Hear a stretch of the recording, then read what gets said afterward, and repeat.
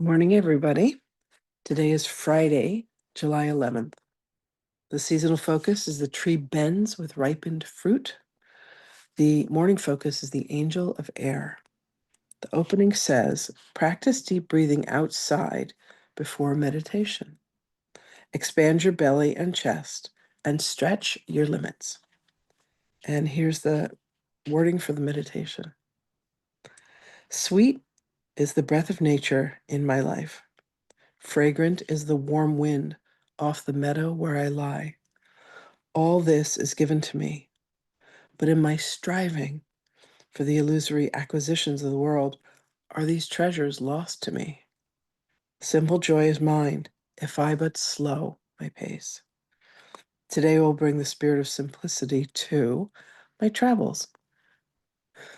I'm on a road trip today, and my feelings are being very, very tired. I had struggles with sleep last night. I was just reminded that it was the full moon, so I'll take that as part of my reasoning for not having rested as well as I would have liked. And today we are on lesson 192. And it says, I have a function God would have me fulfill. Beautiful. Magdalene's channeled message.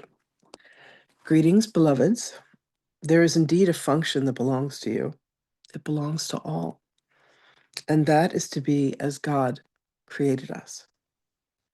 That is to understand that your function and my function and that of our function is to forgive the very instant that we have forgotten that our function is to love. When you look at any of the relationships that you have, the husbands and the wives, the sons and the daughters, the mothers and the fathers, the brothers and the sisters, you'll come to see that these most intimate relationships, these closest relationships that you have, are the collection of beings who have agreed to assist you on your soul's journey. And you have said, I ask you to hold a certain role for me. I ask you to help me to come to an understanding of love, an understanding of forgiveness. Will you occupy this space? Will you be an actor in my movie? And here is your script. Please play your part well. And all agree. God, this is so true. These are what are considered soul contracts, beloved. And at each and every moment, you are meeting again another aspect of yourself. You may not have recognition of them immediately. You may meet someone and you say, why do I feel so repelled by them? Why do I hold such anger towards them? You may meet someone and say, why do I love them so much? Why do I feel such affinity for them? Understand, beloveds, that these are all beings that you know and recognize that you have chosen to come into your life. There are no accidents. There are no meetings of chance.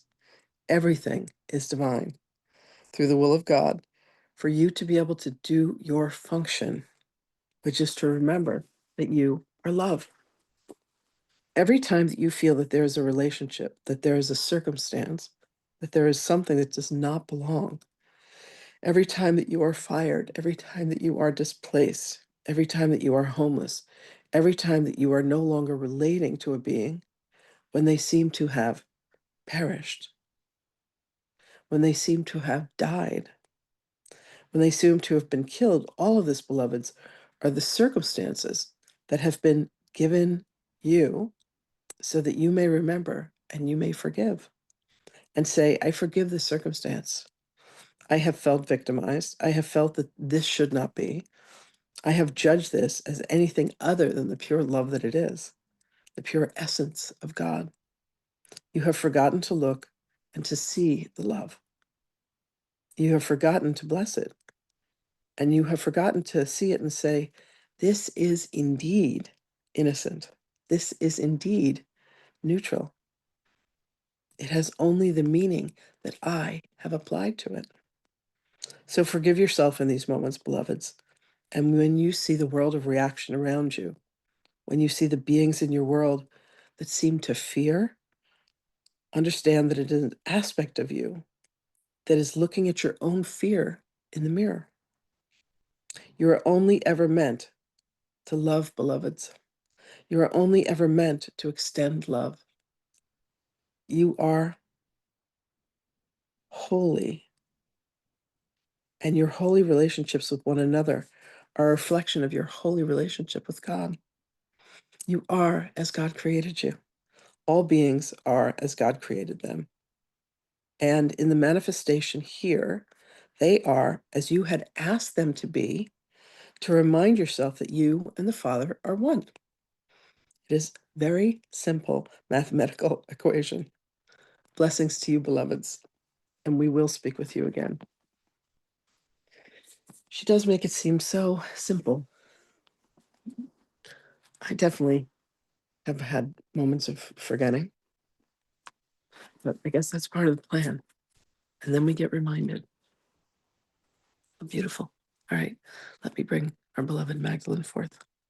If you allowed yourself to see what was actually in front of you, rather than the interpretation that you have given, you would look out upon the world and you would say, there is plenitude, there is abundance. Look at all the trees, look at all the water, look at all the blades of grass, look at all the creatures. Look at how vast the landscape is.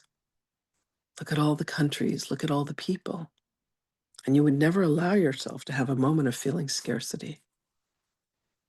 You would allow yourself to remember that every being that has come into your existence has been brought there by you, for you are the one who has scripted and created what is your existence. And then every single being allows themselves to forget and to then spend this journey of wondering what it is that they are here for. And beloveds, we are here for one purpose, and that is love. To live as love, to think as love, to see as love, to feel as love, to be love incarnate. For that is the soul's journey. We love you, and we are here as a reminder. We give you words upon a page. We send you messages. We bring you messages in song. We bring you messages in signs. We bring you messages in beings that come to you and make you question how it is that you act in the world, how it is you think in the world, how it is that you exist in the world. And beloved, this is all done with the love and the consciousness to remind you that you are indeed an embodiment of love. So Hannah Grace's mother had read this book when it was published several years ago. And she said to her mother, for the new book that Hannah Grace and I are working on together, all that other book did was speak of love. Maybe you could speak of something different in the second book. Understand, beloveds, that there is nothing else to speak of than love. For that is truly all that there is. If you could allow yourself to go within and say, Spirit, please show me how I am an embodiment of love, be prepared to be amazed. We love you. We are with you always. And indeed, we shall speak with you again. Thank you, everybody. Thank you so much for being here. And we'll see you again. Bye.